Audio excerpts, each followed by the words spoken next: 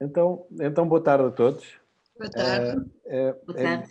é um prazer mais uma vez estarmos aqui. Nós pensámos que eu ia pedir só que desligassem os microfones, está bem? Eu ia telefonar, tenho aqui para telefonar, porque vem o Sr. Carlos. Desculpam lá, tenho... Ora bem. E nós pensámos que era uma boa ideia ouvir a proposta partiu da doutora Ana Vasconcelos, conversarmos aqui assim um bocadinho sobre a pandemia e sobre o regresso da pandemia e intitulámos o Nada Vai Ficar Como de Antes.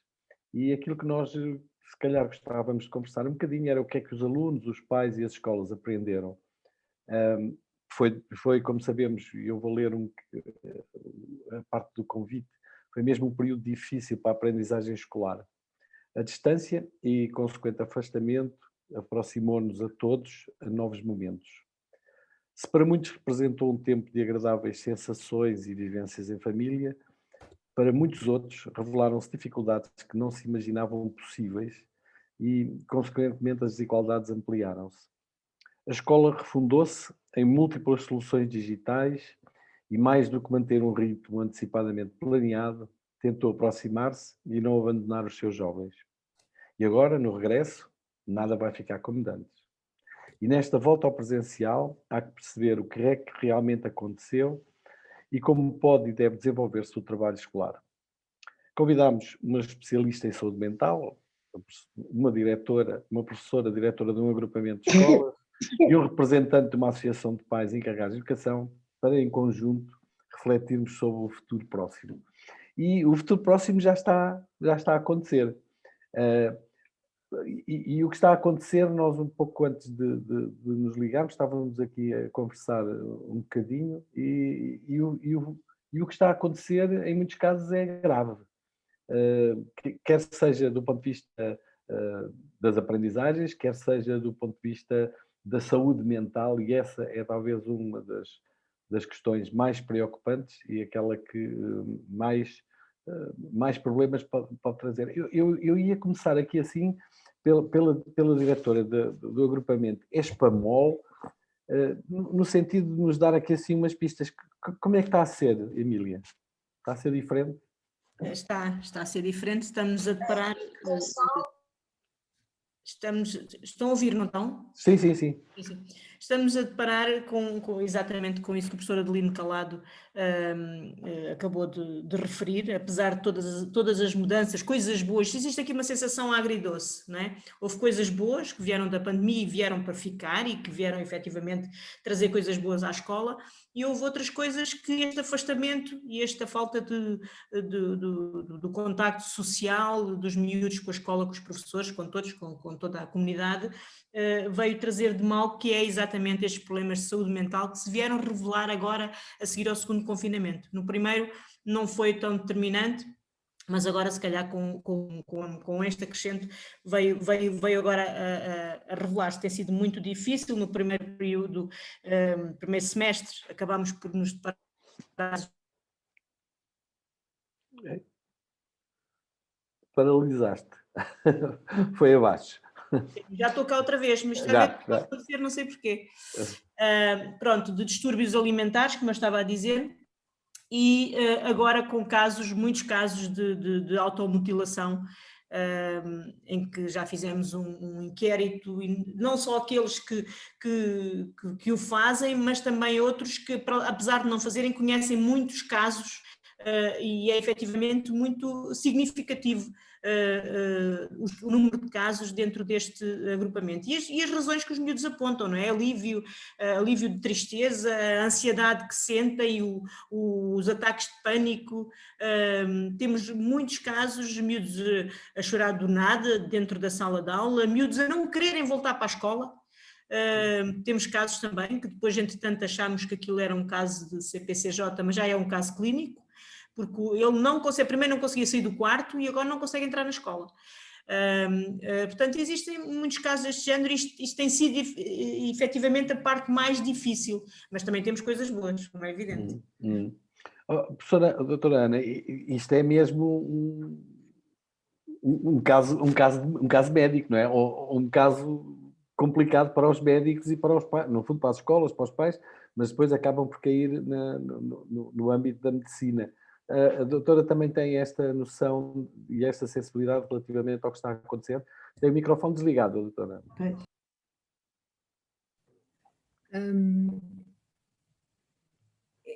Eu tenho, e temos todos, penso eu, aí por esta Europa fora, com quem eu vou falando, temos a ideia de que, na verdade, houve aqui um agravamento das ansiedades. Aquilo que me parece que é mais importante, parece-me a mim, é que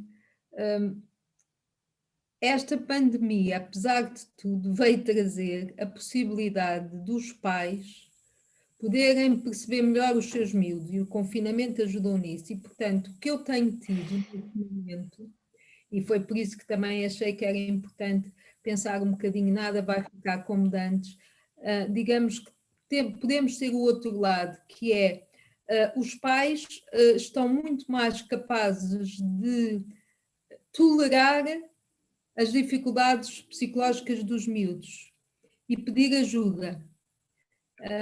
E eu penso que era algo que a gente sabe que às vezes a seguir às catástrofes existem uns momentos de solidariedade entre as pessoas e de interajuda, porque eu tenho tido muito mais facilidade em ajudar os pais a terem atitudes mais ajustadas aos sofrimentos dos miúdos e eles próprios terem um sofrimento menos intolerante aos miúdos e aos sintomas dos miúdos. E curiosamente, com a escola também tenho tido isso, porque eu tenho tido muita conversa com diretoras de turma e com psicólogos da escola e tem havido... estamos todos mais unidos a querer nos ajudar. E eu penso que isso é um facto bom e é um facto que me faz pensar que nada vai ficar como de antes, mas podemos avançar em outras situações de... mas diz de inquietações. Vai ter uma interferência. Margarida esqueceu-se de desligar o microfone. Estava eu a dizer que esta ideia nada vai ficar como de antes, apesar de tudo, apesar de ter sido por uma situação negativa para todos nós podemos tirar aqui algum sumo.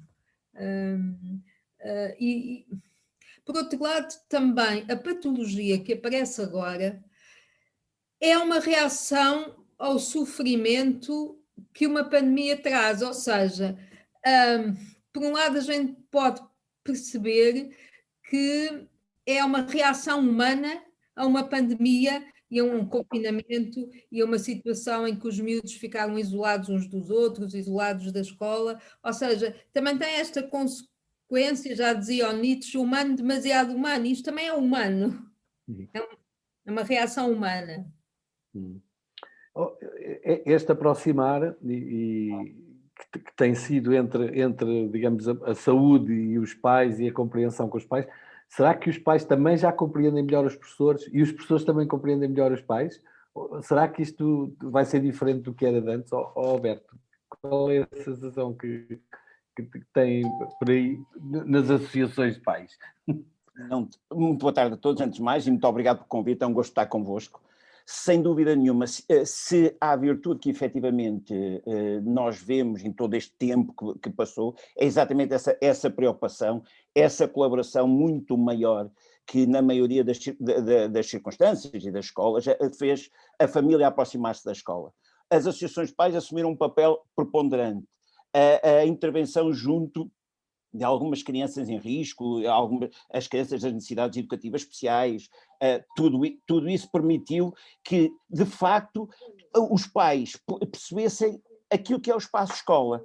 Dizíamos muitas vezes que a escola veio para casa e os pais tiveram a percepção das dificuldades da escola, tiveram a percepção daquilo que é o dia-a-dia da escola e isso também os fez entender que efetivamente com uma colaboração maior da parte da família em muitas circunstâncias as coisas poderiam melhorar. Naturalmente não era o espaço ideal, mas percebemos e de que maneira a dificuldade que os seus professores teriam no dia-a-dia das atividades letivas. Emília, esta ligação com os pais era uma coisa difícil, não é? É sempre difícil. Será que podemos aproveitar esta pandemia e este entrar pelas casas das pessoas e as pessoas entrarem na sala de aula, como dizia a Ana Bittencourt há bocadinho? Será que isto vai favorecer a relação família-escola? Eu acho que sim, eu acho que, ao contrário do que algumas pessoas pensam, eu acho que houve uma aproximação, sem dúvidas, da escola às famílias, e continua a haver, mesmo em termos de comunicação. Desde o primeiro confinamento que foram criados, que ainda não haviam outro tipo de situações, foram criados aqueles grupos do WhatsApp, da turma, com os pais, e os pais rapidamente chegam rapidamente ao professor para saber de determinadas coisas. E tal como a professora Adelino Calado disse, assim como nós abrimos a porta da sala de aula, as famílias abriram a porta da sua casa. E por vezes encontramos coisas boas e encontramos coisas menos boas, mas entre o deve e o haver, eu acho que houve efetivamente um reconhecimento, pelo menos eu senti isto no meu agrupamento, um reconhecimento muito grande por parte das famílias do trabalho que é feito nas escolas, e daí haver... Claro que isto não é linear, não é em 100% das famílias, o apoio não é incondicional, continuamos a ter famílias que não se aproximam da escola, pronto, e o apoio dado aos seus educandos é pouco, mas aquelas famílias que têm interesse efetivamente no trabalho que é feito na escola e que os alunos fazem na escola, houve uma aproximação muito grande e um reconhecimento por parte dos pais do trabalho que é feito, e é muito importante, claro. Se tivéssemos que fazer aqui uma leitura daquilo que é mais importante, se calhar, trabalhar neste início, doutora Ana, o que é que a doutora aconselhava? Aconselhava começar já com os conteúdos que ficaram para trás, com um aproximar? O que é que a doutora acha que era mais importante trabalhar agora? O que eu acho que era mais importante era trabalhar a distância. Ou seja, os pais e professores tentarem ver como é que agora podem lidar com esta aproximação que começaram a ter com o entrar na escola ou em casa, e ao mesmo tempo os miúdos agora vão para a escola, os pais, muitos deles estão em teletrabalho e podem continuar a ter um bom diálogo com os professores. Eu penso que seria afinar agulhas nesse sentido. Como é que vamos continuar agora a conversar? Não de casa para a escola, com as crianças em casa, mas de casa para a escola e da escola para casa, com as crianças e os jovens na escola. Ou seja, era manter esta vontade de diálogo e depois então ir para os conteúdos. Até porque eu penso que uma das coisas que eu tenho visto na minha consulta é que os alunos de todas as idades estão desabituados de estar na aula a ouvir o professor, estão a querer estar na aula muitas vezes e depois vêm-lhes vontade de conversar uns com os outros. Portanto, eles também não, talvez os de secundário sim, mas os outros estão com muita vontade também de falar uns com os outros. E por isso, se calhar, haveria aqui isso é convosco, mas uma maneira de a pedagogia ser dada também com uma outra forma de não só ver conteúdos, não é? Ver outras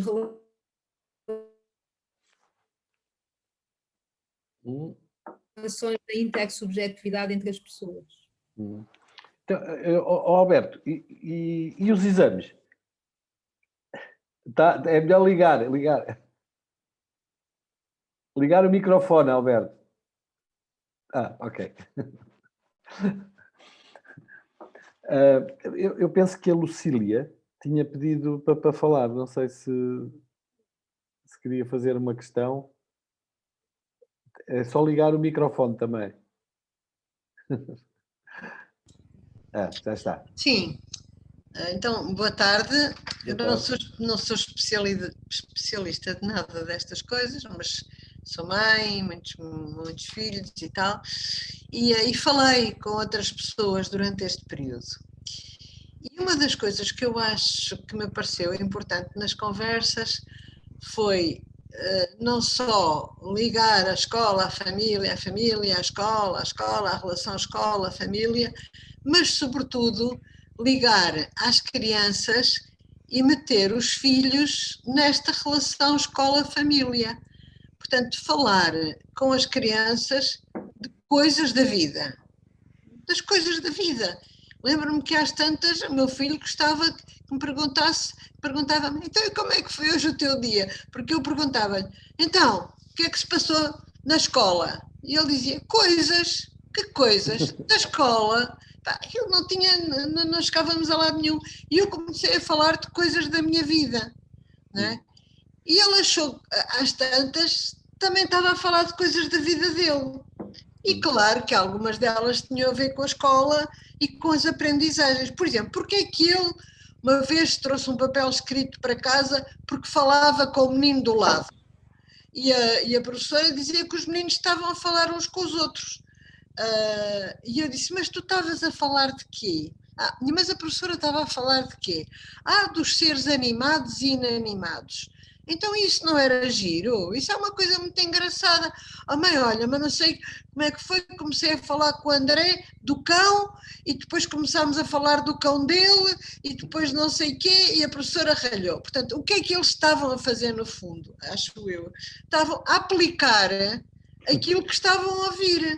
Portanto, eles trouxeram o cãozito para a aula para poder conversar de uma coisa que... E às vezes isto é que falta de significado, de falar com os pais, e lembro-me de outra vez que o meu filho estava em casa a fazer frases com o pai e eu passo lá na sala e falavam de ecologia e de sustentabilidade, o meu estava na primeira classe. As coisas todas, assim, então o que é que estás a falar aí dessas coisas todas com o rapaz? É porque era para temos que escrever uma frase com cada cor e era para escrever a cor verde. Eu disse, olha, por favor, isto é uma frase para a escola, cor verde. E disse, não, escreves, olha, a mãe da mala é preta. E o meu filho pequenito disse, mãe, mas isto toda a gente vê, para que é que eu vou escrever isso? Pronto, é realmente entrar na lógica deles e meter esta lógica também nas coisas escolares, não é? E os professores, se calhar, todos os dias, não sei como se faz na pré, não é, Teresa? Quando se faz na pré, os meninos todos os dias vão falar de coisas que se passaram. E se calhar é a partir dessas coisas que se passaram lá em casa que se escreve, e que se parte para outras coisas, que para o estudo do meio até para outras coisas. Mas descentrar do escola, casa, a relação da casa com a escola, mas a relação da casa com a escola ser uma relação com a vida e as crianças entrarem e serem as crianças que estão nesta relação. Não nos esquecermos nisso. Não sei, desculpem lá, mas... A propósito, ainda bem que a Lucília falou, ia só perguntar, Emília, no teu agrupamento é possível ou tem sido possível fazer este envolvimento, ou seja, dar sequência àquilo que são as aprendizagens para serem trabalhadas em casa, tal como a Lucília disse, envolvendo a família, ou ainda é muito difícil? Não, nós, através do nosso plano de inovação que nós lançamos, temos pelo primeiro ano, este ano, nós criámos aqui novas disciplinas, são disciplinas de laboratório, e que têm muito a ver, um laboratório, por exemplo, imaginem, de matemática com educação visual, no 5º ano, que chama-se Laboratório de Geometria. E eles, por estar a falar de coisas da vida, a gente tenta contextualizar aquilo que é, por exemplo, Lagoa. Os miúdos chegaram a sair da escola, a ir ver as formas que tinha a igreja do Concelho de Lagoa e fizeram o desenho, encontraram as formas, mediram. Portanto, existe aqui uma conjugação entre as disciplinas. E também, a nível do laboratório de ciências, por exemplo, levar para casa o que é uma coisa, aquelas experiências mais simples, mas tudo contextualizando dentro daquilo que é as coisas que os miúdos conhecem, aliás, partir de um problema que são eles próprios que propõem. E isto é o que a gente quer ir um bocadinho àquilo que é o ensino experimental, porque eles a verem e eles a tirarem conclusões daquilo que veem, daquilo que fazem, daquilo que... Portanto, trabalhar com as mãos é efetivamente efetivamente uma forma de aprendizagem muito mais célere, muito mais interessante e motivante. Agora, conseguimos envolver aqui algumas famílias nisto, mas às vezes vem o recado de que às vezes não há tempo em casa para poder também colaborar nestas coisas. O ensino à distância, por exemplo, nós neste último decidimos que existiria um horário que seria o horário de trabalho entre os professores com os alunos, e a partir dali não havia mais nada, não há trabalhos de casa, não há trabalhos fora dali, portanto é para tudo feito naquela hora. E se essas atividades experimentais não fossem feitas na altura, não é? Com antecedência, olha, tragam um copo de água, um bocado de azeite, um bocado de não sei o quê, para fazerem ali na altura, os miúdos deixavam para fazer depois, e pronto, lá havia aqui as famílias a dizer que depois que já era hora de jantar e que já não havia hipótese de trabalhar, mas os miúdos gostam de fazer isto com os pais, efetivamente, e muitos deixavam de fazer ali para poderem fazer com os pais. Mas isto é muito desigual, há pais que têm uma vontade enorme de trabalhar isto com as crianças e são ansiosos por saber o que eles deram na escola e querem ajudar em casa e querem partilhar com eles também essas aprendizagens, e outros não. Também as vidas são diferentes e as pessoas têm vidas diferentes e têm disponibilidades diferentes para os seus filhos, e expectativas também. Alberto, há bocadinho estava a perguntar, e agora também vem na sequência, este tipo de aprendizagens, este tipo de trabalho, e tal como a doutora Ana disse, que nesta primeira fase era trabalhar a proximidade, o conversar, etc. E os exames? Eu diria os exames e a classificação. As minhas desculpas, porque há bocado o computador bloqueou e eu tive que o mandar abaixo para voltar a entrar. Peço desculpa por isso. Eu diria os exames e a classificação e a avaliação, e eu já estava a dizer classificação. É óbvio, já me estava a fugir a boca para a verdade, não é? O problema é que o modelo está de tal maneira criado em torno de uma avaliação / classificação que é óbvio que os pais acabam por entrar na regra de jogo, porque também sabem que no final do percurso tem um modelo de acesso ao ensino superior que depende daquela classificação, o futuro dos filhos. Depois, este tempo do ensino à distância também trouxe um outro pormenor. É de que forma é que o ensino à distância deveria não ser valorizado nessa classificação, nessa avaliação. Porque também houve alguma heterogeneidade na forma como os diversos grupos disciplinares foram olhando para a questão. Muitos deles olhavam naturalmente que os alunos, estando à distância, iriam naturalmente criar ali alguma situação alternativa que não iria tornar fiáveis os resultados do trabalho feito. E o que é facto é que as famílias, entrando nessa regra de jogo, sabendo que os filhos naturalmente têm um percurso académico para continuar, muitas delas, porque também não foi possível a escola comunicar de forma clara a forma como iriam proceder a essa avaliação, criou algum ruído nessa comunicação. Agora, é óbvio que sabemos que há aqui uma recuperação grande de aprendizagens, e eu concordo com a doutora Emília quando dizia há bocado que há efetivamente famílias que não colaboram, mas também muitas vezes não colaboram porque também não são envolvidas. Nós defendemos, enquanto movimento associativo Pais, há muitos anos, a necessidade da mudança do modelo de acesso ao ensino superior. Se calhar tornaria o sistema mais justo e naturalmente, neste tempo em que nada vai ficar como antes, se calhar esse era o primeiro fator a poder ser alterado. Doutora Ana, eu peço desculpa, há aqui uma pergunta, alguém queria intervir, mas eu não posso perder a oportunidade para lançar isto.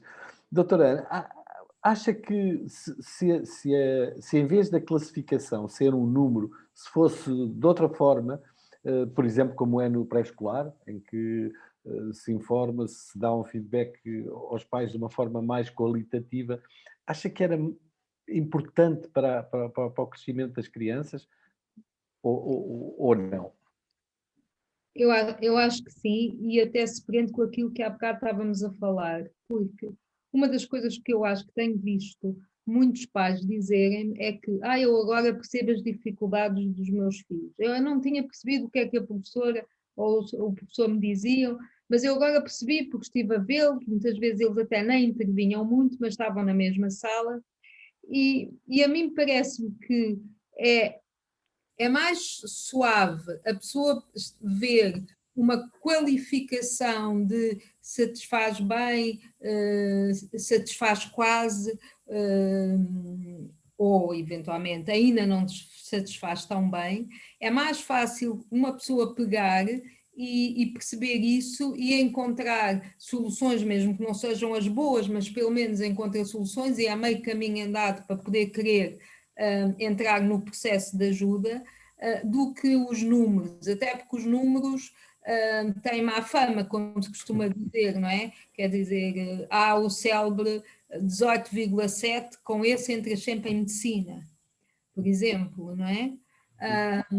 Mas há uma coisa que me parece que há bocado me escapou e que era importante, é que eu acho que os pais podem entrar muito mais num diálogo com os professores se os professores partilharem com eles pontualmente as dificuldades que os miúdos estão a ter nas várias disciplinas.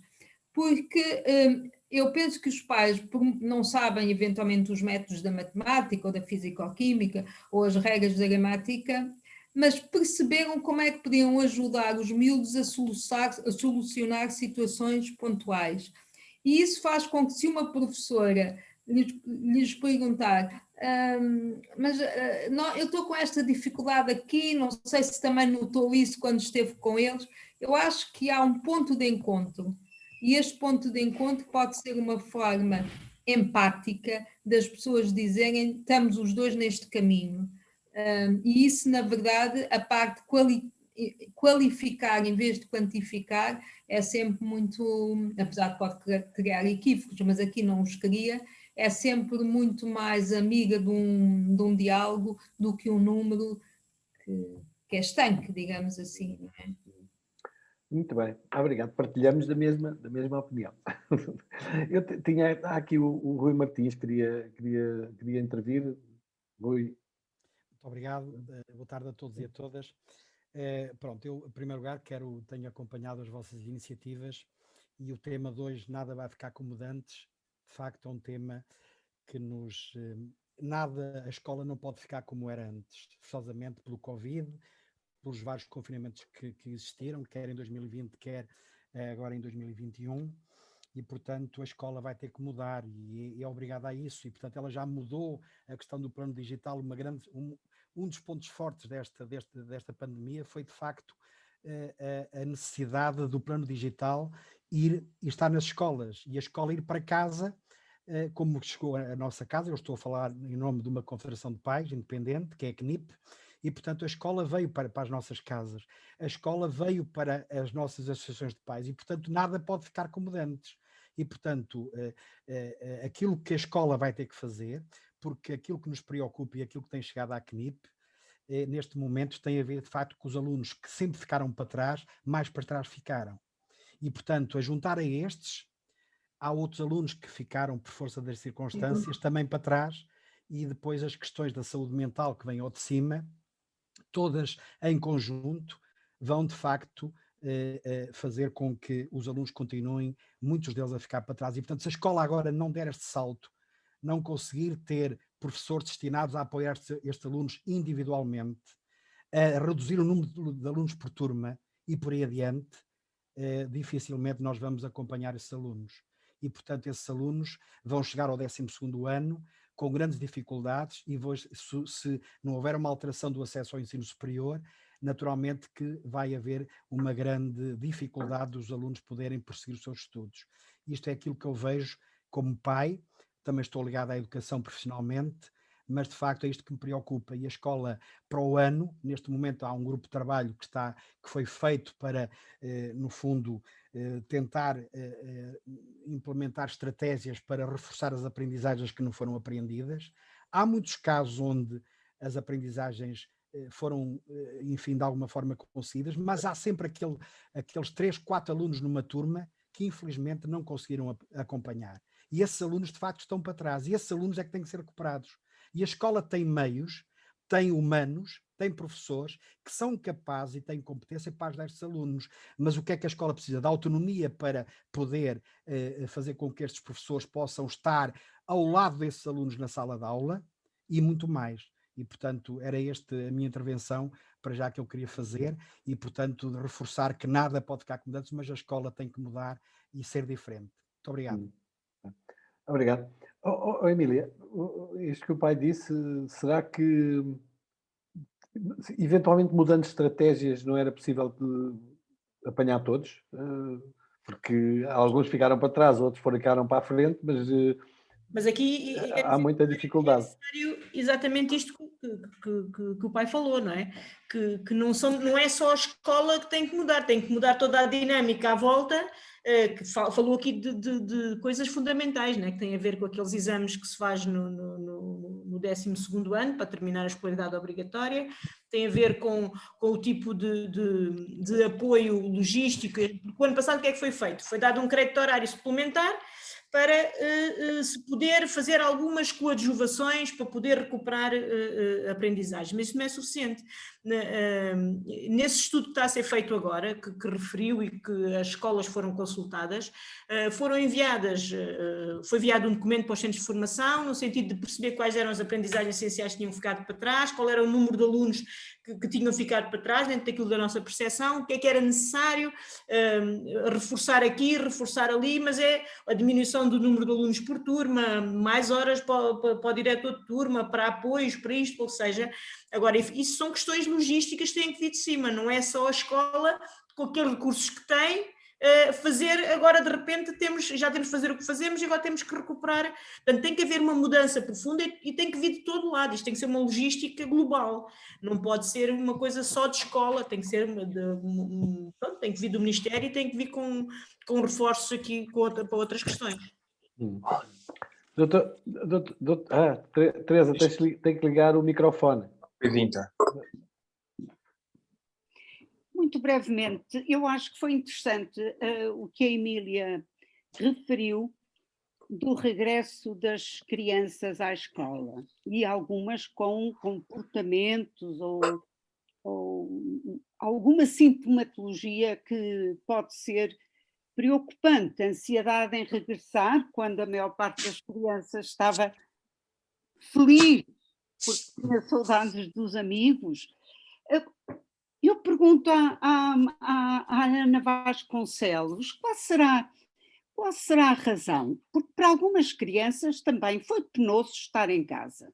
Sobretudo, penso eu, nas famílias que tinham menos meios de organizar os estudos das crianças em casa. Mas eu acho um bocadinho preocupante quando uma criança regressa à escola sem sentir prazer por isso. O que é que lhe apraz dizer? Eu não sei se é muito correto, mas é o que me apraz dizer no imediato.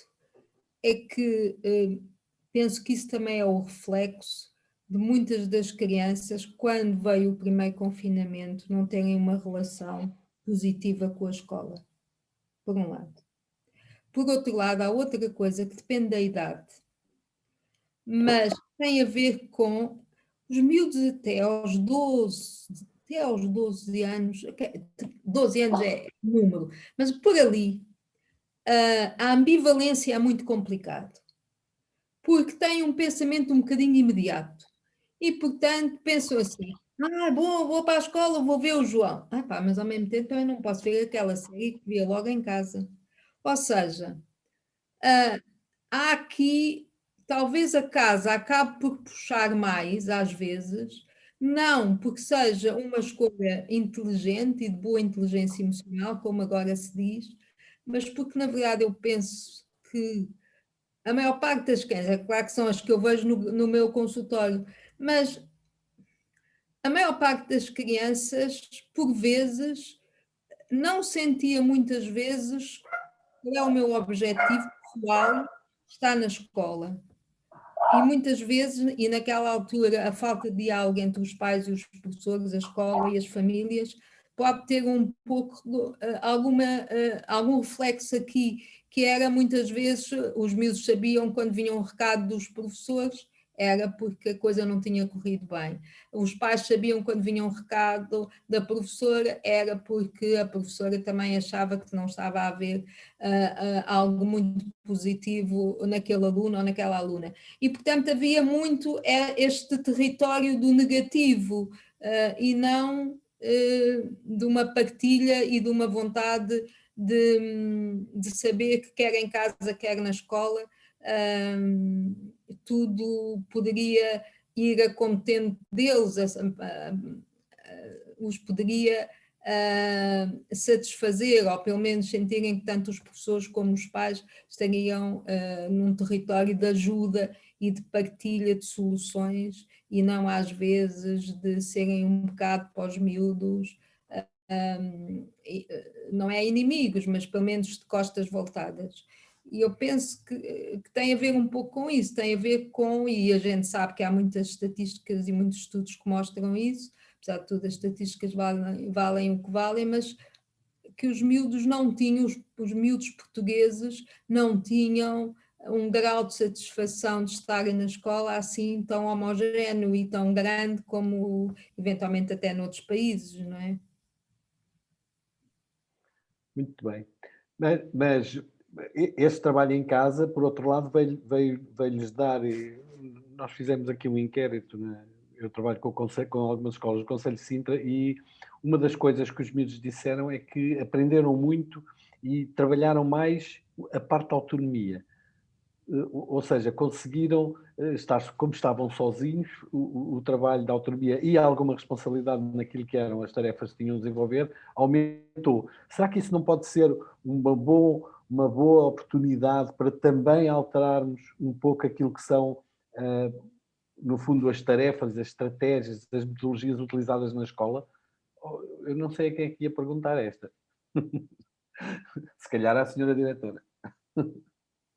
Claro que sim, isso é sem dúvida, nós já estamos aqui a falar há uma série de tempo e parece que só aconteceram coisas más, e não, aconteceram coisas muito boas, e isso é efetivamente um ponto a favor, porque efetivamente eles estavam em casa, muitos estavam sozinhos e depois tinham que ter a responsabilidade de entrar àquela hora, de fazer aquela tarefa que é atribuída, que tem um momento em que fecha e que já não pode entregar o trabalho. Portanto, existe ali uma autonomia, uma responsabilidade que eles tiveram que assumir. Mas não substitui sem dúvida aquilo que é o presencial, não é? Agora a questão digital aqui trouxe-nos coisas mesmo muito boas, aproximou, por exemplo, há uma grande proximidade entre as lideranças a nível do Ministério da Educação, do Sr. Delegado Regional connosco, dos diretores uns com os outros, do próprio Secretário de Estado, a quantidade de reuniões que faz com todos os coisas. Portanto, existe uma proximidade maior entre os intervenientes que o digital nos veio trazer sem dúvida. E essa responsabilização, essa autonomia e essa responsabilidade, eu depois não sei se, em termos de presencial, isso depois se vem a verificar. Porque eu acho que tem que se manter um misto, não é? Tem que se manter um misto daquilo que era o digital, porque nós continuamos, se havia já algumas pessoas que trabalhavam, por exemplo, no Classroom, agora toda a gente trabalha com o Classroom, porque os professores eram obrigados a ter um Classroom para darem aula a partir daquele link, que era mais seguro, em colocar lá a matéria, portanto, e toda a gente, ninguém deixou de trabalhar com esse Classroom. E isso também obriga que está lá, também tem que entregar por lá, portanto há aqui um bocado a desmaterialização também do ensino, não é? Deixou de haver tanta fichinha para trás e para a frente para fazer, portanto é tudo feito diretamente no digital. Isto também traz alguma responsabilidade e obriga a alguma autonomia, apesar de a capacidade de trabalho não sei se aumentou, não é? Porque nós ao voltar ao presencial nota-se ali alguma falta de treino nas questões da aprendizagem e do fazer e e do esforço que têm que fazer, não é? Tudo é muito, porque têm muitos trabalhos, porque têm muitos testes, porque têm muitas fichas, porque porque não existe essa capacidade ao esforço, né? Os miúdos terem esta capacidade de se esforçar mais.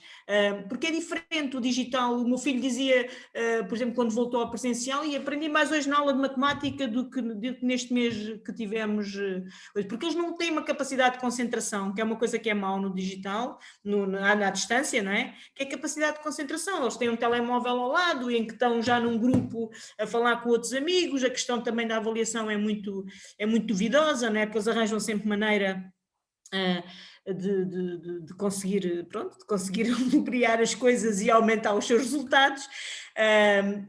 Pronto, tem tudo. Eu acho que tem coisas boas, mas que não sei se depois, se não mantivermos algumas das características do ensino à distância, vamos perder ali em termos de responsabilidade e autonomia. Portanto, a gente não pode voltar àquilo que era, mas sim manter um misto, portanto, agarrarmos algumas coisas que são positivas e voltarmos àquilo que é a socialização entre os miúdos, que é porque nós perdemos uma coisa nas escolas, e eu então sou uma diretora Covid, como eu costumo dizer, porque eu entrei exatamente em 19-20, portanto eu entrei há 2 anos, e tenho estes 2 anos de que não tenho aquilo que a escola, para mim, que já tenho 26 anos de serviço, me trazia que era o ponto de equilíbrio, que era o convívio com os meus colegas, que eram aqueles momentos por exemplo, quando a gente chegava à escola e o professor Calado fazia lá um repasto maravilhoso e a gente estava lá a conviver, os arraiais, portanto, existem pontos de equilíbrio e esses pontos de equilíbrio acabaram.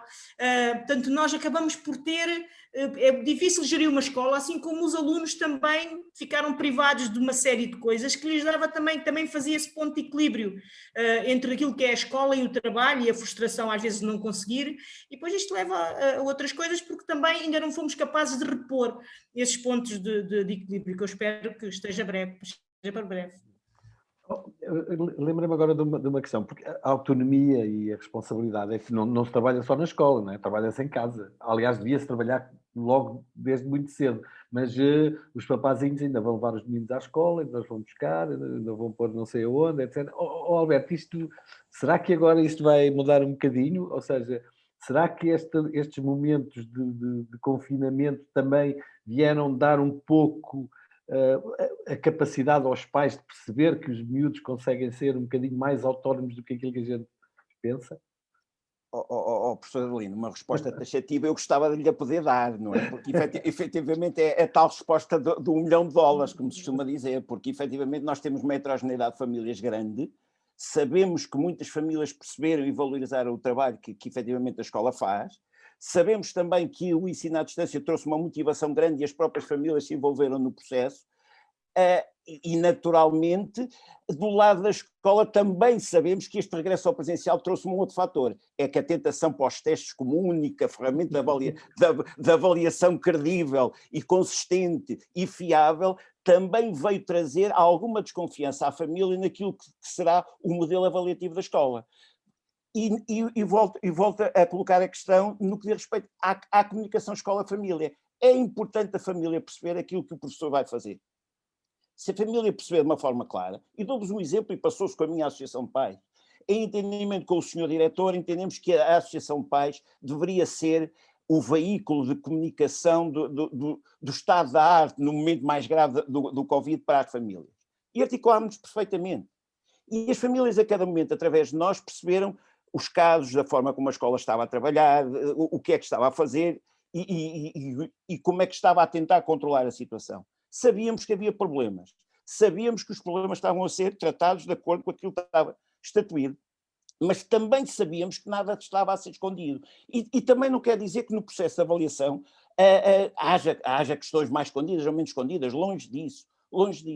Porque falava-se há bocado na redução do número de alunos por turma, eu pergunto se não faria muito mais sentido a redução do número de alunos por professor. Porque nós hoje temos um professor, e neste modelo de avaliação, com teste, o professor que tenha 6 ou 7 turmas, se calhar passará mais tempo a corrigir testes quase do que a dar aulas. E nessa perspectiva, a família olha para a escola também nesta perspectiva de tentar introduzir, ajudar à mudança e que naturalmente a motivação que se ganhou neste tempo possa ser consolidada. Vimos senhores professores a trabalharem horrores neste tempo, vimos senhores professores a fazerem evoluções fantásticas em termos daquilo, a sua literacia digital, e muitos deles a dizerem-nos que não quero voltar para trás, porque as competências que adquiri neste tempo eu não as vou desperdiçar. Agora não podemos ter a tentação que quando voltamos ao presencial, parece que em muitas circunstâncias colocamos uma borracha sobre aquilo que foram esse processo evolutivo e caímos nos testes, nos 3, 4, 5 testes por semana, tornando muito difícil de entender às famílias como é que o processo vai evoluir a partir daí. Estamos cá para ajudar. Agora, este ping-pong que tem que existir entre a família e a escola tem também que efetivamente sofrer aqui algum ajuste e alguma melhoria. Doutora Ana, acha que é fácil, ou que seria mais fácil este trabalho de aprendizagem se houvesse uma maior participação dos pais, por exemplo, naquilo que é o conhecimento da avaliação, o conhecimento do progresso dos seus alunos, ou seja, ir acompanhando à medida que são, tal como o Alberto disse, não só aquilo que vai ser feito, como também as avaliações que vão sendo feitas pontualmente. Fazendo uma relação muito perto com aquilo que se passa no jardim de infância, não é? Os educadores de infância dão muito mais feedbacks aos pais relativamente àquilo que são as aprendizagens que os miúdos vão fazendo, e muito mais assíduo. Ou seja, deve haver maior informação. Será que isso é importante? Professora Adelina e todos que estão a ouvir, eu gostava de ir buscar um bocadinho algo antes e a ver se eu vos consigo explicar. A partilha, não, a autonomia e a responsabilidade que há bocado se falou, e o professor Adelino falou, dos alunos, dos miúdos e dos jovens, veio muito daquilo que eu percebi, e não só das minhas consultas, mas do que eu vi os miúdos em reportagens, o eu deles querer ajudar a dinâmica na família. Ou seja, eu sou mais autónoma e mais responsável também porque os meus pais me estão a pedir ajuda neste momento, porque eles próprios estão em teletrabalho ou estão a trabalhar e eu tenho o meu irmão mais velho que fica cá a tomar conta de nós, ou vem a minha avó, ou seja, vê se eu vos consigo explicar isto. Eles entraram na dinâmica do cotidiano da família e começaram a ter um eu que estava a partilhar com os pais e com os irmãos uma responsabilidade e uma autonomia que era precisa também para a dinâmica da família funcionar. E eu pensei, já antes da pandemia falava-se tanto disso, e talvez porque os meus filhos, os meus netos estão no Fernão Mendes Pinto, que é a importância dos miúdos também sentirem-se parte ativa nas aulas, parte ativa no diálogo entre os professores e os pais, porque isso é que lhes pode dar autonomia e responsabilidade. É o miúdo chegar a casa e dizer: oh mãe, a senhora professora disse que devíamos aqui ver porque eu não estou a perceber bem isto, e a senhora professora até diz que depois fala contigo, ou até disse que tu podes falar com ela. Ou seja, porque nós médicos, por exemplo, eu dou o meu telemóvel para os pais partilharem comigo dúvidas, e ajuda muito os próprios miúdos a sentirem que fazem parte do processo. E, portanto, aquilo que estava a falar dos pais estarem muito mais conhecedores das dinâmicas é importante, mas eu acho que foi uma mãe que falou, acho que Lucília, penso eu, que nos vai recordar que os miúdos também têm que ser parte ativa nisto para que eles comecem a ser responsáveis e autónomos na própria escola e a gente sabe quando os miúdos estão até a fazer coisas nas aulas com responsabilidade e com autonomia, e o Sr. Professor Adelino é um bom exemplo de nos mostrar isso, têm muito mais eficiência nas aprendizagens e na maneira de estar bem com eles próprios.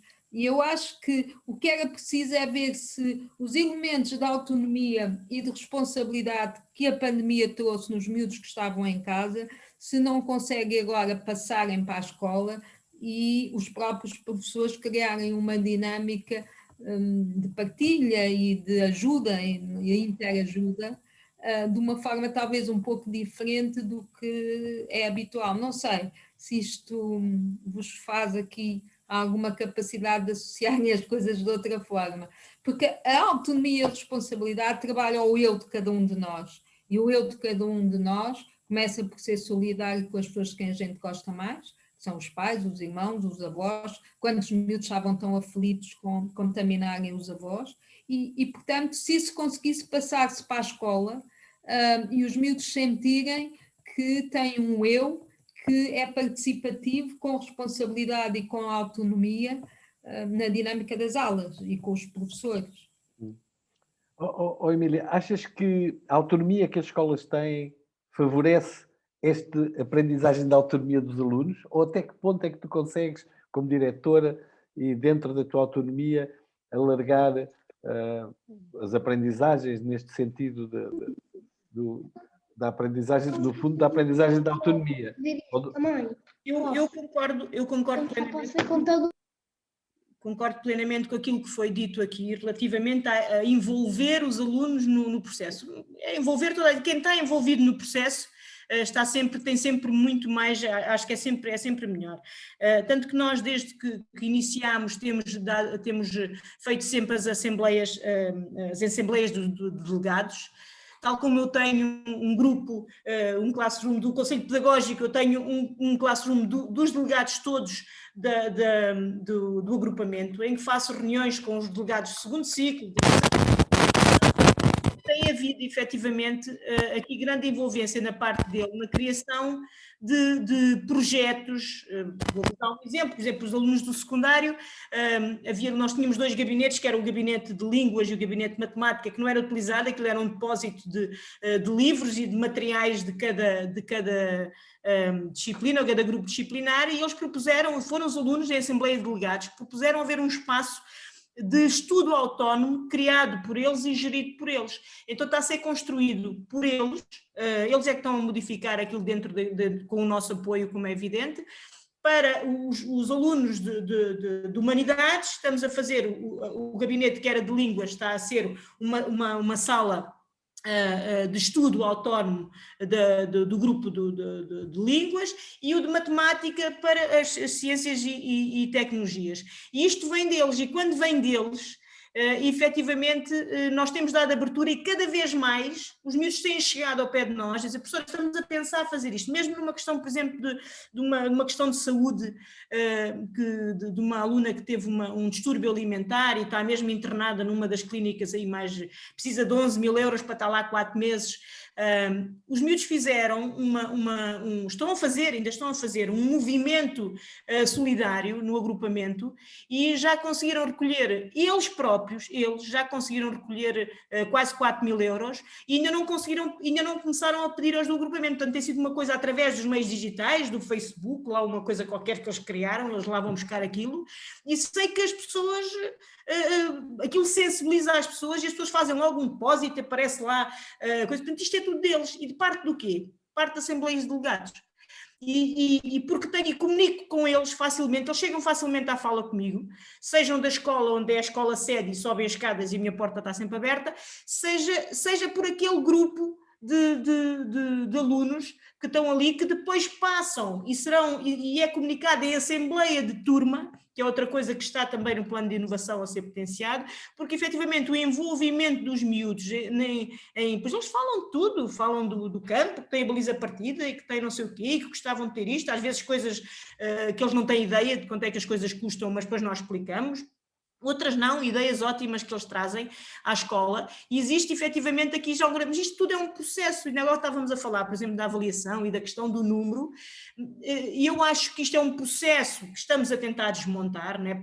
Deste plano de inovação passámos à semestralização para quê? Para haver uma maior preponderância da avaliação formativa em detrimento da avaliação sumativa, mas efetivamente existe aqui uma resistência grande às pessoas largarem o teste sumativo, mas não é só os professores, é os professores e os pais, porque os pais precisam da nota, atenção.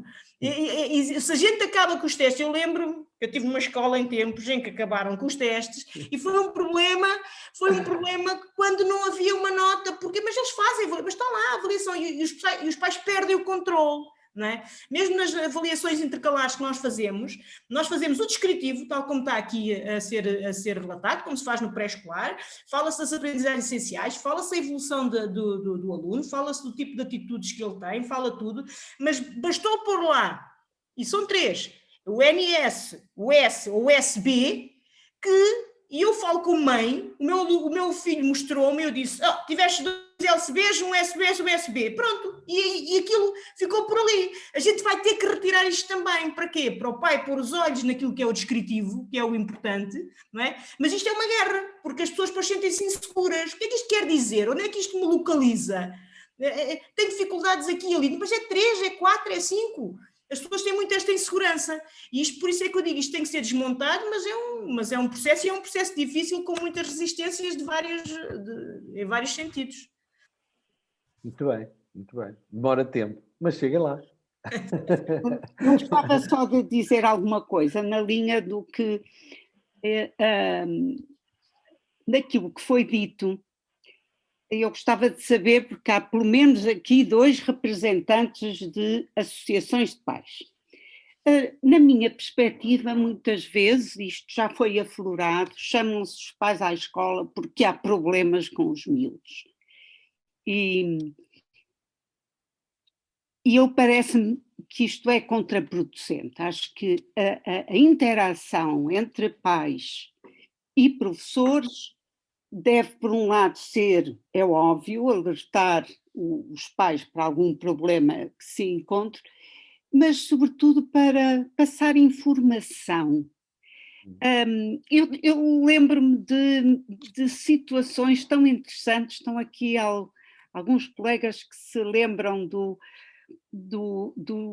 da Escola Tangerina, do Manuel Rangel. Eu tive lá os meus sobrinhos netos, e os pais, quando iam à escola, ficavam tão entusiasmados com os projetos em que os miúdos estavam a trabalhar, que depois não sossegavam em casa a facultar recursos para os projetos. E acho que estas experiências positivas levarão eventualmente os pais a estar menos obcecados com a avaliação final, com as notas para entrar na universidade e por aí fora. Relembro também outro caso, e isso para mim é paradigmático,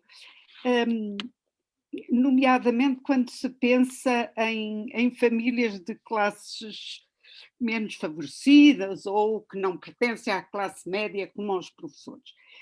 Havia uma inspetora que foi a uma aldeia na zona da Guarda, ou Castelo Branco, já não me lembro, e estava à procura do local onde estava a escola, o pré-escolar, e depois falou com uma senhora à janela.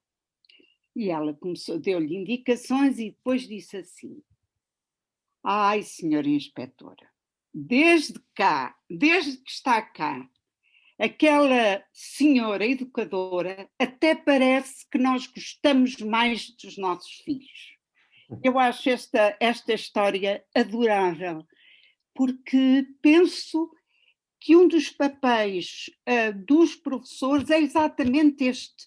Não é mandar recadinhos escritos a dizer há um problema, é encontrar formas de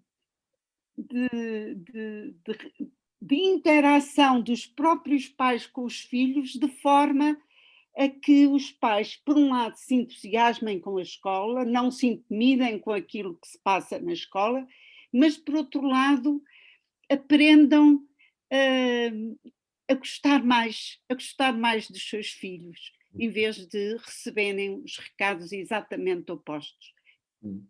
Oxalá, com esta maior interação que as redes sociais proporcionaram, nesta interação pais, professores, que nós possamos trabalhar mais esta dimensão. Como é que eu ajudo?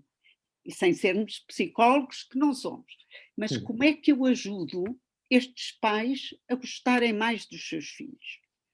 Este é um reto que eu deixo aos 2 colegas que dirigem associações de pais, ou a quem quiser intervir, é óbvio. Posso, professor Adelino? Pode. Depois, a Ana Betancourt depois queria intervir. Eu queria aproveitar este comentário.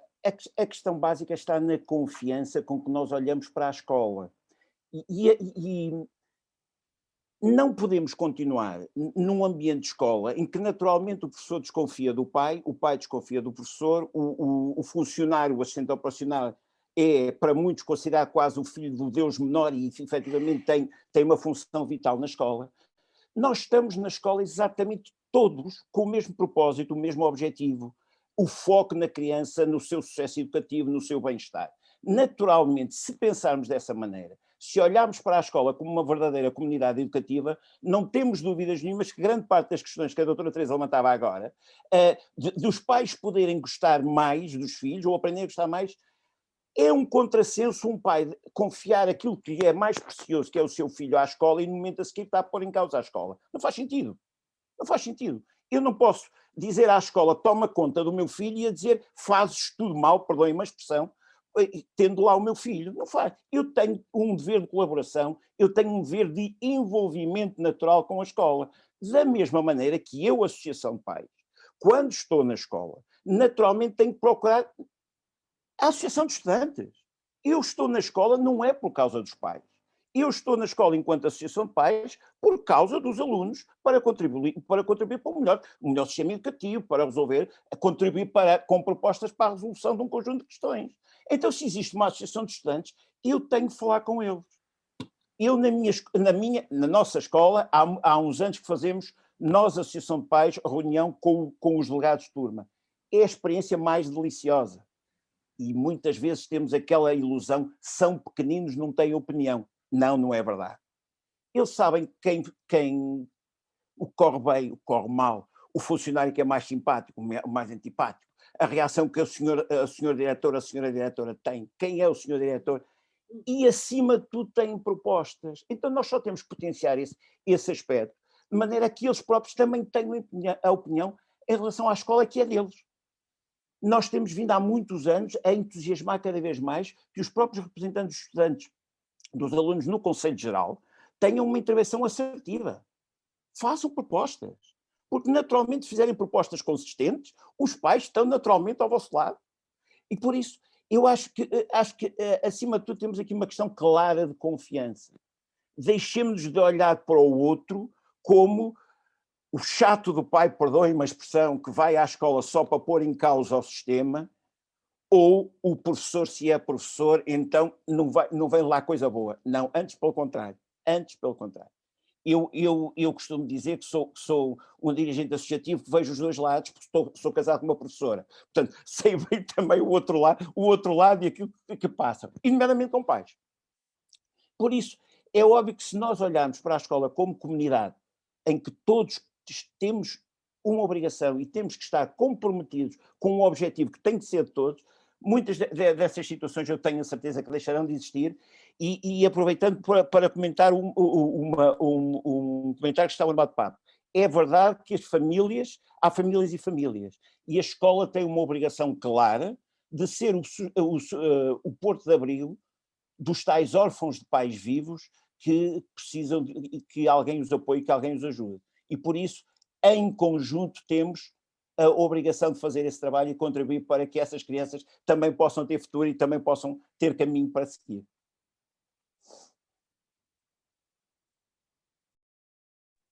Ana Betancourt queria dizer qualquer coisa, depois a Carmelinda também queria...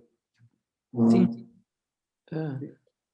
Boa tarde. Eu acho que este tema do nada ficar para comandantes, eu estava aqui a refletir no que fui ouvindo e penso que um dos aspectos que me pareceu bastante importante é a questão de que várias pessoas falaram de alguma maneira do dar sentido à escola.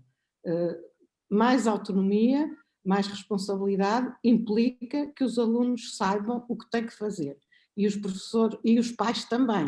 O dar sentido por exemplo, o que o professor Adelino Calado fazia na escola, que era pedir aos professores para explicarem o programa numa página, ou que o movimento da Escola Moderna também faz muito bem, e outros professores fazem, que é os alunos e os pais perceberem muito bem o que é que têm que fazer, o que é o programa, o que é que têm que aprender. E nada vai ficar como antes. Eu penso que, e vi muita coisa neste sentido, da escola ter passado a ser menos transmissiva e mais, digamos, trabalho. Portanto, os alunos tinham que trabalhar, os pais foram percebendo o que se tinha que fazer e, portanto, isto é uma chaga da nossa escola, é ser ainda muito transmissiva. E o ser muito transmissivo desmotiva. E, portanto, o nada vai ficar como de antes, o dar mais sentido à escola, a escola ser mais um lugar de trabalho. O nada vai ficar como de antes. Ouvimos aqui vários exemplos de que a escola avançou bastante em termos do digital, mas se calhar é preciso avançar um bocadinho mais em termos da pedagogia. Ouvi aqui várias sugestões interessantes da pedagogia, da avaliação. A avaliação é um bicho é tremenda a dificuldade de mudar a avaliação. E há aqui questões que são políticas, que levantaram, que têm a ver com os exames, que têm a ver com razões externas à escola, mas há muita coisa que a escola pode mudar. E eu já vi escolas mudarem radicalmente as estratégias de avaliação e tivemos aqui alguns exemplos também que me parece muito importante. Portanto, nada vai ficar como antes, é muito importante que se consolidem alguns aspectos que mudaram agora, em termos da pedagogia, em termos da avaliação.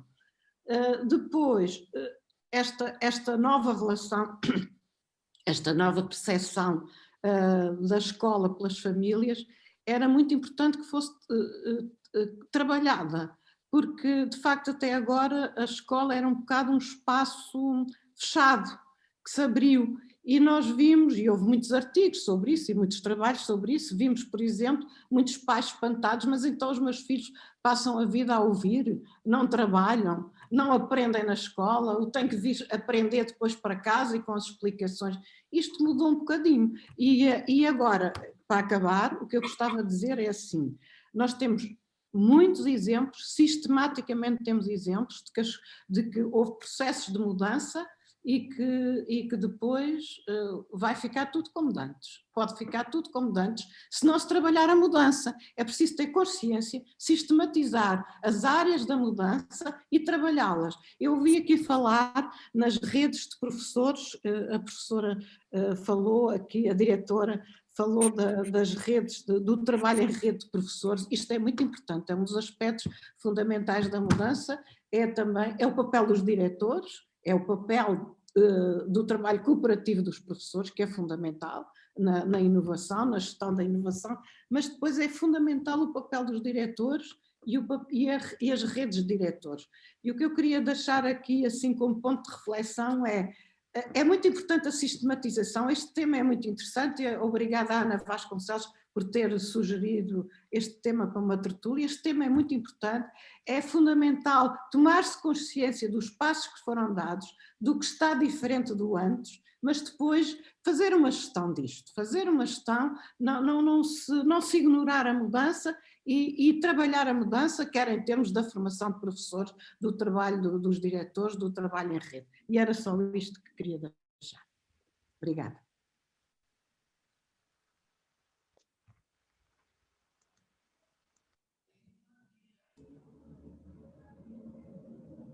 Professor, tem o microfone desligado? Tenho. Desculpa, Carmelina, eu vi que escreveu, mas acho que é muito mais interessante ouvi-la. Sim, eu gostava há muitas formas de... Primeiro, boa tarde, colegas, e obrigada por esta iniciativa, porque está-me a aliciar, apesar de ter muitas outras coisas onde eu tinha que me ir concentrar. Mas a escola, para mim, é a escola, mesmo aposentada, e a vida da escola, eu sou apaixonada por ela e continuarei. Eu queria dizer o seguinte, primeiro, nada vai ficar como de antes, e podemos ver do ponto de vista positivo, mas também podemos ver do ponto de vista negativo. Colegas, há muitas colegas nossas que eu já ouvi, que estão no ativo, dizer que as crianças que ficaram para trás, que já tinham problemas de aprendizagem, que já tinham problemas de falta de apoio na escola, de falta de investimento da parte da escola, por não haver condições para fazer esse investimento, essas crianças ficaram ainda muito mais para trás. E, portanto, se nada ficou como antes, nesse aspecto, ficou pior. Ficou ainda pior. E aquelas crianças que tinham um empenhamento das famílias, ou o reforço dos explicadores, porque não nos esqueçamos que a escola pública, da maneira como ela está, há muitos pais que põem os filhos a explicadores. Têm dinheiro para pagar explicações e os pais têm o filho na pública, mas depois têm explicadores na privada. E, portanto, esses não perdem nada. Esses vão continuar a ter ainda mais, porque há o dinheiro e a preocupação dos pais com as metas. Para esses, de facto, determinante são as metas. E a escola está construída para as metas. E quer queiramos, quer não, elas existem. E há os alunos que podem atingi-las e os que não podem. E depois os que não podem vão para aqueles cursos dos CEPs e essas coisas, entre aspas, que muitas vezes deixam muito a desejar, que é mesmo, de facto, uma estigmatização, mesmo sendo mais tarde. E pode ser uma estigmatização. Tudo vai depender dos professores, obviamente. Agora, de facto, a escola, quando se fala aqui em autonomia, eu quero acreditar que é a autonomia, que estamos a referir-nos à autonomia dos professores. Porque eu quero-vos dar exemplo de colegas, e quando eu disse propor vivências fantásticas, eu quero-vos dar exemplos de colegas de educação especial que, a quem foi proposto que eles desenhassem um programa para as crianças, que são crianças com dificuldades, mas que podem lá chegar, e que não têm nenhum apoio familiar, ao contrário, com mães que vivem em famílias monoparentais, mães que entram, quando elas iam para a escola, as mães já tinham saído de casa, e quando as mães chegam, já é muito tarde, e portanto, e que não têm, e que são também elas iletradas. Essas crianças já tinham necessidade de uma escola, como a escola que eu ouvi aqui a colega de Lagoa afirmar, obviamente, ou a escola que nós temos, cuja representação nós temos nas nossas cabeças, porque ajudámos a construir esse tipo de escola. Para mim, foi os melhores tempos da minha vida, foi os meus tempos de escola, de trabalho com as crianças, com os alunos, etc, etc. E em cada uma foram as minhas experiências mais maravilhosas, mas a escola hoje não é isso. Essa escola não existe, senão os professores do movimento da escola moderna poderão fazer essa escola. Mas a massa dos professores não tem condições para fazer essa escola. E eu estou a referir-me a colegas de ensino de educação especial que mergulharam na escola de Algés, que beberam a escola de Algés, onde havia uma equipa, e que foram para todo o lado, e há umas que conseguem fazer coisas maravilhosas, incluindo nos Açores, e há outras que estão confinadas, que tudo o que elas fazem, e as propostas de visitas de estudo, de idas a museus, de idas ao teatro, de saídas, de ir aqui e acolá, tudo isso, a crianças que vivem lá completamente isoladas, essas propostas têm que passar por uma chefia que não está de acordo com isso. A chefia não aceita. E nem sequer é o diretor, é a chefia. A chefia nomeada pelo diretor. Portanto, nós temos as escolas em que muitos colegas vivem sob a dependência de chefias, que dizem, é assim como eu quero e quem anda sou eu. E essas chefias têm o lápis da avaliação dos professores. E, portanto, colegas, nós estamos aqui, há um garrote. Não há uma escola colegial, uma escola em que haja uma democracia, de facto, entre os professores, os educadores, em que eles possam discutir as dificuldades, como é que vamos resolver os problemas, partilhar e investir. Colegas, eu quero vos dizer que o meu último ano de trabalho na escola de Algés, e ainda a oposição ia no Adro, eu tinha um projeto da escola Adota um Museu com os meus alunos. Eu tinha que fazer formação no Museu Nacional de Arte Antiga. E foi-me vedado o direito de sair da escola às 13h15 para participar nas ações de formação, porque eu tinha que estar a fazer sala de estudo. Isto continua. Quem define os projetos não são os professores, são ditados pelas direções das escolas, que montes de vezes abaixam a cabeça completamente perante o Presidente da Câmara ou a equipa educativa da autarquia, seja ela qual for, que manda no Conselho Geral, que é uma treta, esse Conselho Geral, a representação dos professores. Portanto, camarada, eu não consigo, desculpem lá, eu não consigo falar a escola, a escola vai ficar pior. Quando nós damos a volta e pomos a democracia na escola, para que se possa... Estamos à espera da ligação com os pais. Os pais vão fazer muito, mas é preciso, como disse a Teresa, que haja gente que os cative. Estes professores não cativam pais, só há alguns. Mas também se aprende a cativar. Eu não aprendi a cativar os pais sozinha. Eu tive ações de formação, eu passei por aqueles cursos que eu e milhares de colegas como eu passaram pelos cursos que a Direção-Geral do Ensino Básico, com a Elisete Felicidade Alves, proporcionou. Eu não sabia trabalhar com ciganos. E aprendi, tive que aprender. Mas no quadro de um processo de investigação, ação, e isto numa liberdade muito grande, sem estar a pensar em créditos, nem nada disso. O que nos determinava era pôr os meninos na escola e atraí-los e cativá-los. E às vezes surpreendê-los, porque só dessa maneira é que os conseguimos cativar. Isto, para mim, é que é a autonomia. E se nós fizermos isso, se nós conseguíssemos que houvesse uma orientação para dar liberdade aos professores para construírem esta escola, mas mesmo agora estes planos, tanto quanto eu sei, primeiro deu-se-lhe liberdade, e eles investiram e trabalharam, sei lá como, e depois veio uma nova ordem a dizer que eram os centros de formação. Carmelina, massa. Deixa-me interromper.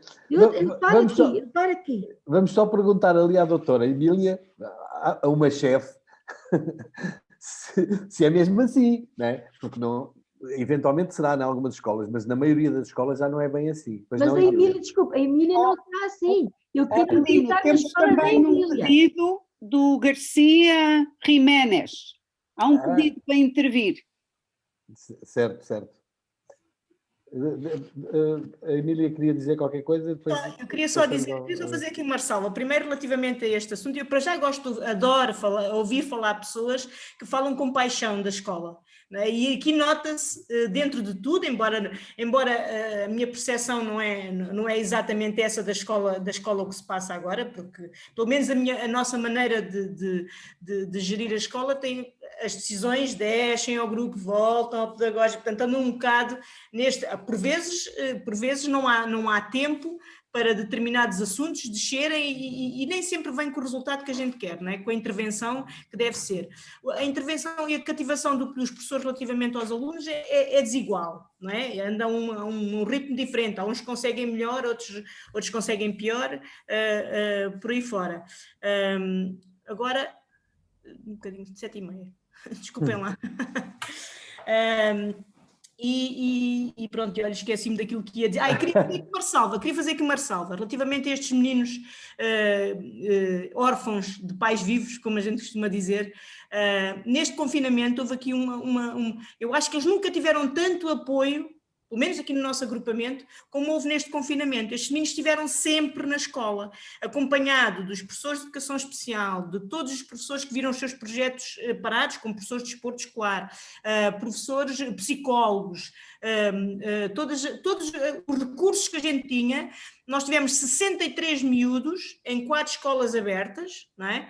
Em que tiveram o acompanhamento individual, mesmo funcionários da biblioteca acompanharam estes meninos para poderem conseguir fazer o ensino à distância. Portanto, houve as escolas de acolhimento, a abertura das escolas de acolhimento, e acho que a comunidade se apercebeu finalmente das dificuldades que têm estas crianças. Como é que uma criança destas, através da educação inclusiva, é colocada dentro da sala de aula e que tem de vez em quando um apoio com o professor de educação especial? É muito difícil porque as ferramentas continuam a ser curtas. E neste confinamento nós tivemos efetivamente um apoio muito grande a estes miúdos. Foi a primeira vez que estes miúdos tiveram um apoio individual, diário, do acompanhamento, e as pessoas aperceberam-se das dificuldades que estes miúdos têm, da resistência que às vezes têm, e o que é que vem da família e não.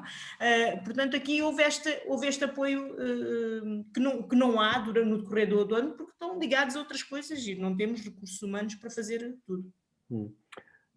O Garcia Gimenez queria fazer uma intervenção.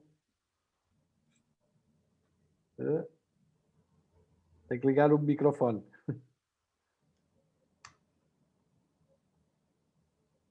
Não.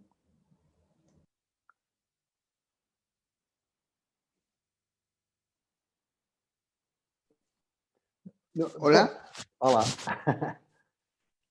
Nós entendemos bem o espanhol. No, he puesto un mensaje aquí. Sim. Vale. Sim, mas pode falar em espanhol que nós entendemos todos. Sí, pues bueno, agradecer la oportunidad de participar en este encuentro. Me ha resultado muy interesante todas las intervenciones. Como pongo en el mensaje, tenemos inquietudes muy parecidas, tanto en Portugal como en España. Creo que los grandes afectados, como han recalcado algunos compañeros, han sido los perfiles más desfavorecidos, alumnado en desventaja económica, alumnado con necesidades educativas especiales. Creo que han sido los grandes olvidados en la pandemia y creo que hay que remar, hay que trabajar para que se hagan programas y se evalúe el momento en el que están esas personas, que pienso que por su situación, porque a lo mejor sus familias no pueden brindar una educación desde casa de mayor calidad, han estado en desventaja. Yo, por ejemplo, en mi familia tengo 3 sobrinos y la situación en esas familias con más de un hijo, donde han tenido que presentar varios trabajos, ha sido muy... Para las familias lo han vivido con mucha ansiedad porque han tenido que trabajar desde casa lo que no hacían en las escuelas. Entonces, creo que es lo que destacaría de las intervenciones que he podido seguir más o menos. No sé si se me ha entendido. Muito bem. E os problemas são mesmo transversais, não é? Não foi só em Portugal, foi em toda a parte do mundo está a acontecer o mesmo problema. Os alunos, as famílias com 1, 2 alunos em casa, mais os pais a trabalharem de casa, claro que tiveram muitas dificuldades, ficaram muito ansiosos, e essas ansiedades vão-se passar para a escola, com certeza, neste momento. E nós vamos ter que ter aqui assim uma tarefa muito grande para tentar recuperar aquilo que, principalmente aqueles que ficaram e que tinham mais dificuldades, porque houve muitos que não tiveram dificuldades. E isto fez com que digamos que a amplitude dos melhores e daqueles que tiveram mais dificuldades vai ser cada vez maior. Doutora Ana, acha que vai ser difícil compatibilizar esta maior amplitude estas maiores diferenças? Ou seja, vai haver alunos que quase não tiveram problemas e conseguiram acompanhar, e aqueles que tiveram muitos problemas. Acha que vai ser muito difícil esta compatibilização? Sim. Eu vou-lhe responder como cidadã. Se eu achasse que era muito difícil, não vos tinha proposto estarmos aqui a falar hoje, porque eu acho que é por estas partilhas e porque a gente sabe que todos nós ficámos talvez um pouco mais solidários. Havia aquela ideia no início da pandemia que era pragmatismo e solidariedade, e eu acho que apesar de tudo vai haver muito mais gente que está disponível, quer professores, quer pais e quer também alunos, que estão muito mais disponíveis para que possa haver muito mais uma aproximação. E era aquilo que eu vos dizia numa das minhas intervenções, eu sinto os pais muito mais capazes de estarem a compreender o que se passa com os miúdos e com as dificuldades que eles têm, em vez de estar a julgar. Eu quero acreditar que nós vamos primeiro passar por tentar compreender, em vez de começar logo a julgar. Por isso vos propus este Nada Vai Ficar Como Dantes. Obrigado. Estamos quase a terminar e iria só perguntar ao Alberto, em meia dúzia de palavras, o que é que o Alberto acha que era importante fazer agora neste regresso à escola? Professor, mais do que nunca, eu já utilizei a palavra e vou voltar a utilizar, confiança. Confiança que todos estamos na escola para contribuir para algo maior que cada um de nós. Estava-me a lembrar daquilo que é a função dos representantes pais de turma, tantas vezes esquecida e negligenciada nos conselhos de turma e nesse envolvimento. É importante que todos percebamos que fazemos parte ativa do mesmo processo. E por isso, se não existir confiança, é óbvio que nada vai ser como dantes, mas no sentido negativo. E nós temos que evoluir. E por isso, a confiança tem que existir de parte a parte. É óbvio que os pais não podem pôr em causa, como os professores também não podem olhar para a família como muitas vezes a fonte dos problemas. Às associações de pais cabe, sem dúvida nenhuma, de ser o fiel da balança naquilo que é na relação, muitas vezes, entre a escola e a família, e que podem contribuir efetivamente para que muitas dessas famílias possam ter um entendimento diferente em relação às escolas. E por isso eu sei que a generalidade delas trabalha de uma maneira comprometida, de uma maneira empenhada, de uma maneira envolvida com a escola. Agora, também da parte da escola, a escola também tem que deixar nesse aspecto. E porque sabemos que a escola é um espaço com regras, sabemos que a escola é um espaço em que nós temos que ser os primeiros a respeitar essas regras, mas também temos que ter margem para poder contribuir para aquilo que são as funções. Deixem-me meter uma inconfidência. Eu, quando cortei há bocadinho a imagem, era o nosso diretor a querer dar-me uma indicação sobre algo que eu lhe pedi. Senhor diretor, eu agora não posso falar consigo. E disse-lhe onde estava. Porque esse envolvimento, essa cumplicidade tem que existir para que, efetivamente, todas as questões de saúde mental, todas as questões de maior ansiedade, afinal, já dissemos hoje neste evento, e professor, já vão mais de meia dúzia de palavras, neste evento já dissemos várias vezes que nada pode ficar como antes, mas é verdade que se não houver o comprometimento, que todos temos que caminhar no mesmo sentido, são as nossas crianças que vão pagar a fatura e nós, garantidamente nenhum de nós quer que isso aconteça. Aproveito para, obviamente, mais uma vez agradecer o convite. Obrigado, Alberto, nós é que agradecemos. Emília, não sei se queres deixar alguma palavra para o futuro. Eu acrescentava só a palavra confiança, que eu concordo plenamente e acho que é essencial.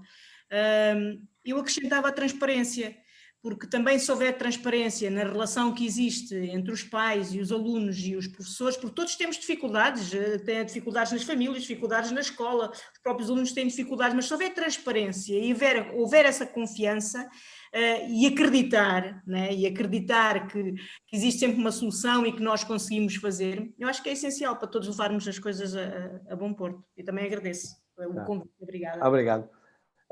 Teresa e Ana, não sei se querem dar uma palavrinha para terminar. É que eu queria vos agradecer a todos, porque há aqui também uma necessidade, não é só com pais e professores, mas é também com a saúde mental. E eu penso que é uma outra situação que temos que ver. A senhora professora Emília falou de um agravamento de muitos dos casos clínicos. Eu acho que isto vai continuar durante algum tempo, mas poderá ser muito mais fácil do que as pessoas imaginam. se apesar de tudo, quer na escola, quer com os pais, quer com os técnicos de saúde de cada zona, se puder ajudar os pais a não ficarem aflitos, ajudar o sofrimento dos miúdos e ajudar a que a escola também possa partilhar. Eu penso que é outro momento, mas é fundamental que a saúde mental esteja de mãos dadas com os pais e com os professores e, obviamente, com os miúdos. Obrigado, e numa próxima tertúlia vamos com certeza trabalhar a rede escolar, penso eu que será a próxima que nós vamos tentar trabalhar. Obrigado mais uma vez e esperemos que nada fique como de antes, mas que fique melhor. Obrigado. Muito obrigado. Boa tarde, obrigado.